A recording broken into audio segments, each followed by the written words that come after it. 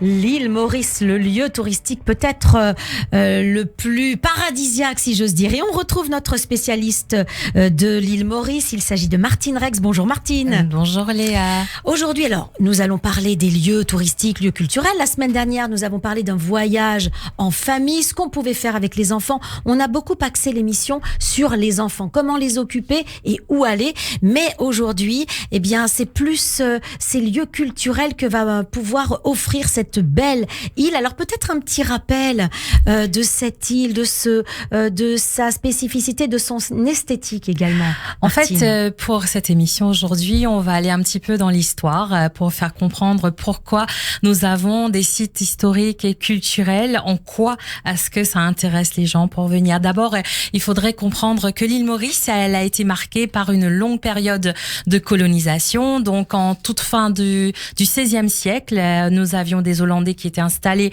sur le territoire. Et après, l'arrivée des Français au XVIIIe siècle, pendant toute l'intégralité du XVIIIe siècle. Après, ce sont les Britanniques qui se sont imposés jusqu'à 1968 pour l'indépendance. Et nous avions énormément de maisons créoles qui ont été détruites entre 1960 et 1980. Donc, ce qui fait qu'aujourd'hui, l'île Maurice, elle a énormément de petites maisons créoles, mais les plus beaux, on va en parler. On en a deux qui s'appellent le Château de la Bourdonnais et la maison Eureka. Donc, la maison Eureka qui se trouve à Moka, dans le centre de l'île Maurice, et c'est une des plus belles maisons coloniales qui reste sur l'île et qui date du début du 19e siècle. Et cette maison, elle a été habitée par des colons de l'aristocratie française et britannique, et elle est entourée d'un écrin de nature exceptionnel. Et c'est un endroit incontournable. Et oui, donc c'est un patrimoine architectural surtout. Exactement. Magnifique. Alors, vous avez dit entouré d'un écrin de verdure. Tout à l'heure, je vous disais, on va peut-être situer quand même l'île Maurice. C'est au cœur de l'océan Indien.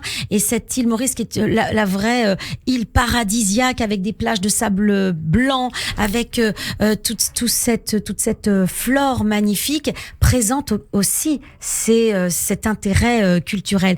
Est-ce que vous pourriez nous dire précisément s'il existe des musées, s'il existe des lieux que l'on peut visiter en famille ou non? Bien évidemment, nous avons des musées. Nous avons le Blue Penny qui se trouve à Port-Louis dans la capitale. Nous avons le musée de Maillebourg aussi qui retrace un peu l'histoire de la guerre et de la prise des Hollandais, des Français, des Britanniques. Oui, c'est surtout sur l'histoire. Sur l'histoire, voilà. Ouais. Et nous avons aussi deux sites classés patrimoine mondial de l'UNESCO. Oui. Donc, nous avons le Morne-Brabant qui aujourd'hui est un parcours de randonnée. Et aussi, c'est un paysage culturel qui était un refuge pour les esclaves en fuite et qui se cachaient dans les grottes qui étaient difficiles à atteindre à l'époque. Et c'est aussi un site qui est symbole de résistance et qui surplombe l'une des plus belles plages de l'île qui s'appelle le Morne. Et cet endroit, c'est la lutte des esclaves pour la liberté. Des esclaves qui venaient par exemple de l'Inde, de l'Asie, de Madagascar et également de l'Afrique. Oui, parce que aller à l'île Maurice, c'est aussi aller à la rencontre de la population et de son histoire. Et c'est une population très diverse, mélangée. Et donc, il faut aller à la rencontre de l'histoire de ces communautés ethniques très différentes qui sont arrivées à des époques différentes. Et ça, c'est tout l'intérêt de l'île Maurice. En fait, la beauté de l'île Maurice, c'est cette diversité de cultures. Même au niveau de la nourriture, nous avons une vraie fusion, en fait, un peu... Voilà, on a, pour ceux et celles qui nous regardent actuellement, à travers YouTube, ils peuvent voir aussi l'eau turquoise de l'île Maurice. Comme votre chemise. Ah oui, c'est dans le couleur. temps. Oui, c'est vraiment un paradis. Quand on dit paradis, c'est pas du tout un mot exagéré. On a vraiment, je crois que c'est un havre de paix. Alors, vous le disiez, il y a des musées, il y a des sites qu'il faut absolument visiter à l'île Maurice. Est-ce que vous pourriez nous faire un petit itinéraire comme ça, puisque vous êtes une spécialiste de l'île Maurice? Allez, en une semaine, quels sont les endroits endroits précis que l'on pourrait visiter? Alors, l'autre endroit, c'est toujours à Port-Louis, comme c'est la capitale. Nous avons le deuxième.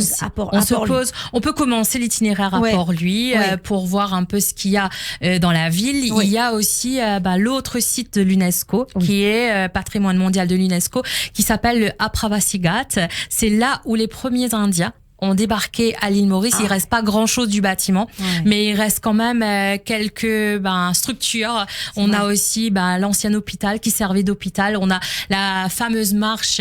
Donc, c'était des escaliers que les immigrants, quand ils arrivaient, ils devaient automatiquement passer par ces escaliers qui devient mythique aujourd'hui. On prend plein de photos. Les touristes adorent prendre des photos là-bas. Et donc, ça, c'est l'endroit parce que tout le monde devait passer par là, prendre sa photo et en quelque sorte avoir sa carte d'identité pour l'île Maurice. Donc ça, et après il y a le marché de Port-Louis qui est vraiment le lieu si on connaît pas. Alors qu'est-ce qu'on trouve au marché des fruits, des fruits à foison, j'imagine. Des fruits dont on ne connaît pas les noms ici, peut-être à Paris. Pas forcément, mais en fait ils sont pas pareils. Ils s'appellent peut-être, par exemple la banane, on en trouve, mais dans les îles elles sont plus sucrées, elles sont un peu différentes. Les mangues, on en trouve tous les jours, mais les mangues des tropiques, je veux dire, ça a un autre goût, c'est pas pareil. Et après, les fruits de mer. Donc, dans le marché, on trouve aussi pas mal de d'aliments.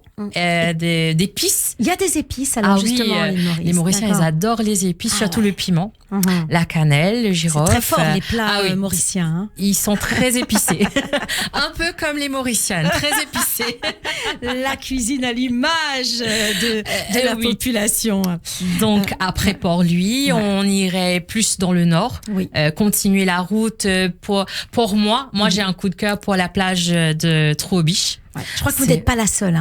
Mon petit doigt me dit qu'il y a beaucoup de gens qui aiment. Oui, c'est magnifique et d'ailleurs nous avons énormément d'hôtels là-bas. Mais oui, c'est ça, c'est l'endroit vraiment où les touristes viennent en fait. Exact.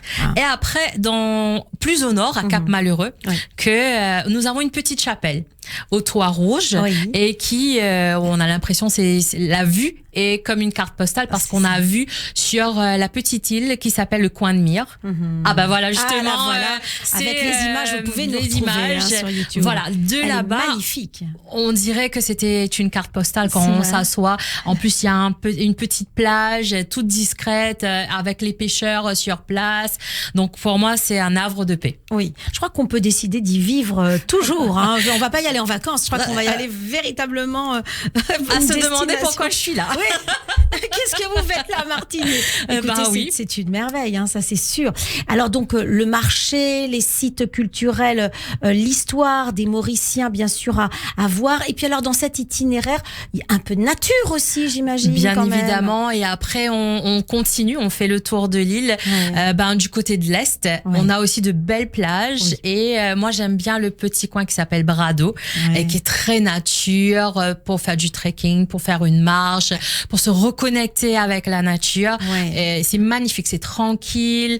Et après, il faut connaître. Bien sûr. Déjà. Il faut demander un guide. Sans doute qu'un guide, c'est quand même utile sur l'île. Surtout pour ne pas perdre du temps. Oui, c'est ça. Moi, je trouve que le guide, pas perdre du temps et puis pour raconter l'histoire. Parce que les guides aussi, ce sont en général des personnes qui ont énormément d'informations, de connaissances sur l'histoire du lieu où ils guident. Donc ça, c'est vraiment important. Donc on continue avec le sport est très important. Le sport aussi.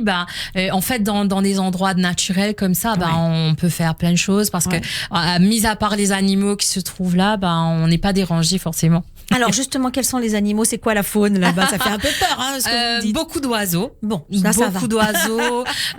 Nous avons, il y avait le dodo. Le dodo. Qui n'existe plus aujourd'hui. C'est une espèce qui a disparu. Qui a disparu complètement. Donc, qui fait l'emblème aussi de l'île Maurice, le dodo. Mais aujourd'hui, on est beaucoup plus des oiseaux, des tortues, beaucoup de tortues qui ont plus de 100 ans aussi, qu'on en trouve à l'île Maurice. Après les cerfs, etc. Donc voilà. Et puis, on va terminer peut-être son périple par la mer et avec toutes les joies de cette mer bleu turquoise qui en fait d'un calme, j'allais dire olympien. On est au milieu de l'océan Indien. Au niveau de la plage, moi, j'aime bien le côté est, comme on a fait un peu le tour côté est, parce que c'est quand même encore vierge et sauvage. Donc, on n'a pas énormément de touristes, quoique de plus en plus, ça commence à se développer, mais ça reste quand même quelque chose de très vierge et sauvage. Et dans le sud, c'est juste magnifique en termes de paysage, en termes, et d'ailleurs, ça a été classé 10e plus belle route dans le Petit Futé. Donc la route du Sud, ça c'est une route qu'il faut absolument faire. On aura l'occasion de revenir sur cet itinéraire et notamment la semaine prochaine, nous aurons le grand plaisir d'être en compagnie de la directrice de l'Office du tourisme ici en studio à avec Paris nous et qui sera en studio. Merci Martine Rex. Merci et à la semaine prochaine. À la semaine prochaine.